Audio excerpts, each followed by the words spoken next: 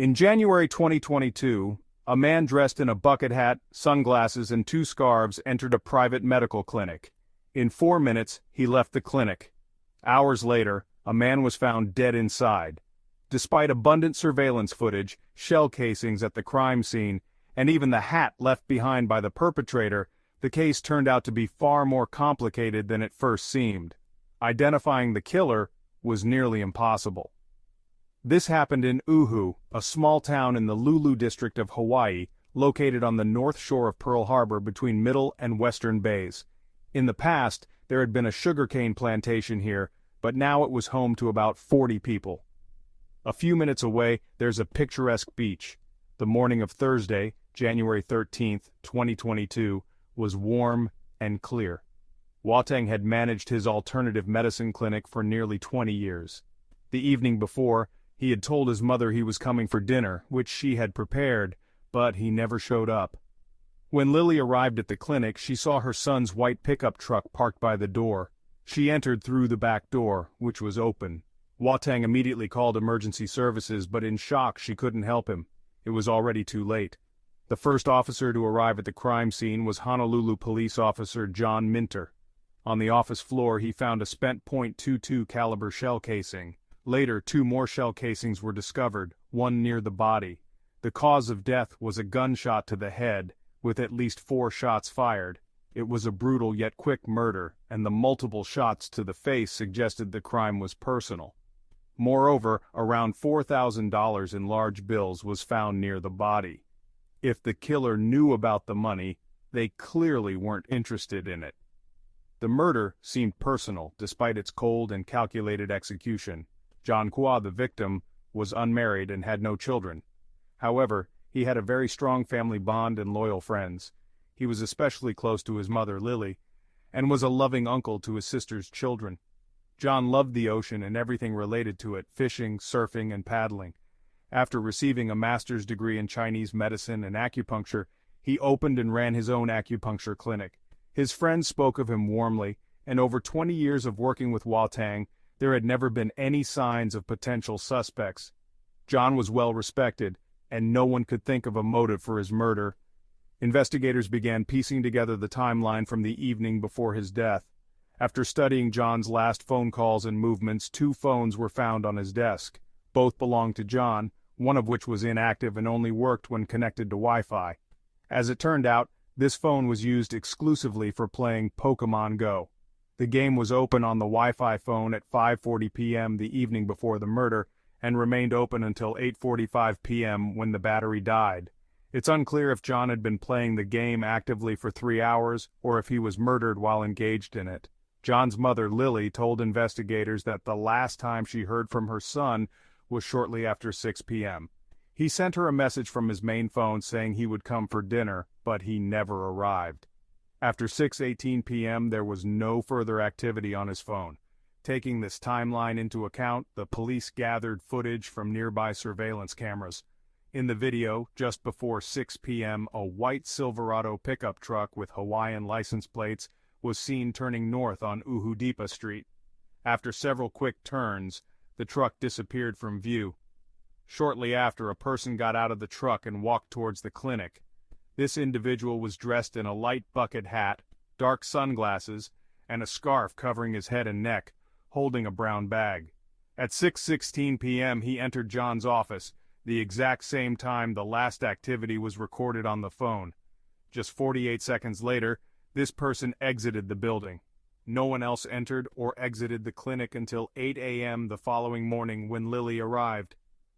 As the white Silverado passed by buildings on Uhudipa Street, the police were able to capture the front license plate. After improving the image, it became clear that the first 3 characters of the license plate were letters, while the last 3 were numbers, but the full plate could not be read. There were no distinguishing marks on the truck, but it became a crucial lead.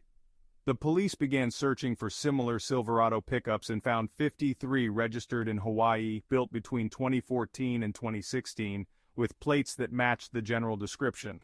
After examining photographs, inspecting the vehicles, and checking their owners' locations, only one vehicle remained, a white 2014 Silverado registered to a former patient of John's, Eric Thompson.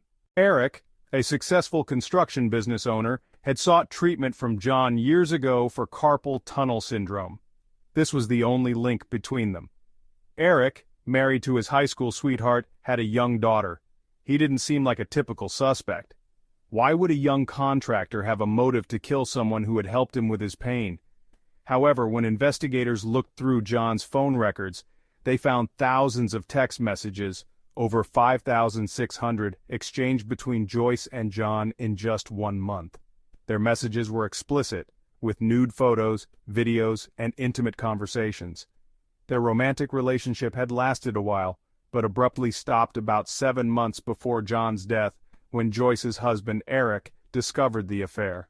From their texts, it was clear that John was more deeply invested in the relationship and wanted to take it further. But Joyce, though involved, had reservations. She told John that while she would continue seeing him, she would not leave her husband. In July, Joyce admitted to John that Eric had found out about the affair. Eric confronted his wife after seeing her sneak out of the house late at night while he was on a business trip, caught on home security cameras. Joyce confessed to the affair and agreed to stop seeing John, and she and Eric decided to work on their marriage. Eric and Joyce had met in high school, married in 2017, and lived a seemingly perfect life. They had a child and tried to conceive again after struggling with fertility.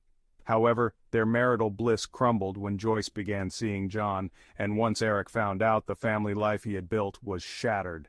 Now he was a prime suspect. Eric left his home in the white Silverado around 5:20 p.m. on the evening of the murder. The truck headed towards the clinic in Uhu. There was enough footage to piece together his movements. However, the video footage from the clinic showed his truck near Uhu Depa Street at 6 p.m. This timing was almost exact with the estimated drive time from his home to the clinic. At 6:47 p.m., his truck was captured returning to his home. Later that evening, cameras recorded flames in his backyard. Investigators believed Eric had attempted to destroy evidence. Further examination revealed Eric owned 12 registered firearms, including 2 rifles that matched the suspected murder weapon's caliber. However, when the rifles were tested, neither was found to be the one used in the murder, raising suspicions about what might have been in the back of Eric's truck during his second trip that evening. The most telling piece of evidence came when a light Panama hat, presumably worn by the killer, was found on the street near the clinic. The hat had been discarded and was picked up by a passerby, a homeless man who wore it briefly before hanging it in his tent. Forensic analysis of the hat revealed hairs, and DNA analysis showed Eric Thompson could not be ruled out as the owner. On February 14, 2022, Eric Thompson was arrested and charged with second-degree murder and illegal use of a firearm during a crime. He was released on bail, awaiting trial. The prosecution focused on the motive, Eric's jealousy, and the personal nature of the crime. The defense, however, argued that the evidence was circumstantial, and there was no direct proof linking Eric to the murder. As the trial began, the prosecution outlined how Eric's perfect life was destroyed when he learned about the affair. They argued that Eric, unable to accept the loss of control over his life, decided to eliminate John to restore his ideal world. The defense countered by suggesting there were other potential suspects and casting doubt on the certainty of the evidence. During cross-examination, Eric maintained his innocence, claiming he had no motive to kill John. He explained his actions on the night of the murder, saying he was disposing of construction waste and shopping for groceries. However, there was no concrete evidence to back up his claims. The trial ended with the case in the hands of the jury. After lengthy deliberation, the jury was unable to reach a unanimous verdict, leading the judge to declare a mistrial.